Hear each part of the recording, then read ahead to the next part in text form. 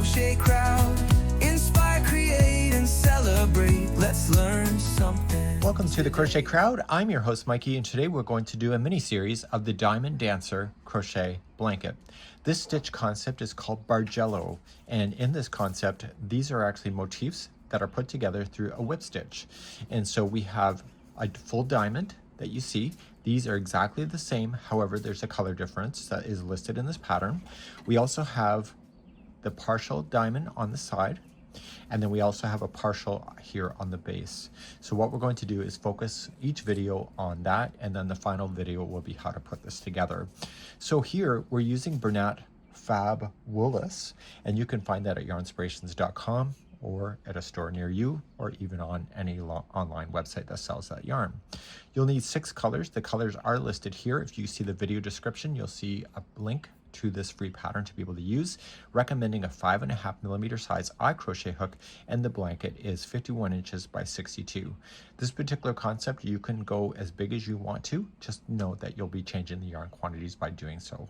So just keep an eye on that. We're going to be working our way through this pattern, and if you look at the pattern that is again available in the downloadable, see the video description for that. We're going to be working on the steps.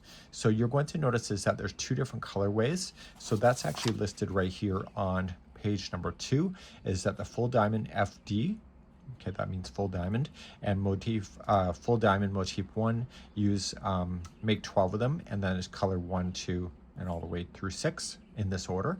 And then for the other motif, you need to make 15 of those, and that's using this colorway here. There's cohesiveness in it, so I would not be jumping around the colors to make them all kind of weird. I would keep them in sequence, something like this, to be able to go. So if you want to change the colors, you can be prepared to do that, so just keep the cohesiveness to it.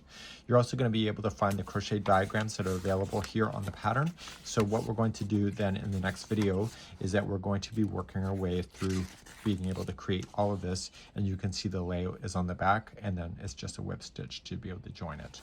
So without further ado, you have one decision to make. Are you going to learn left hand or right hand? On the screen now will be the choice that you will want to do, and that will take you to the series of learning it either right hand or left hand. I'll see you there, and we'll start with the full motif first.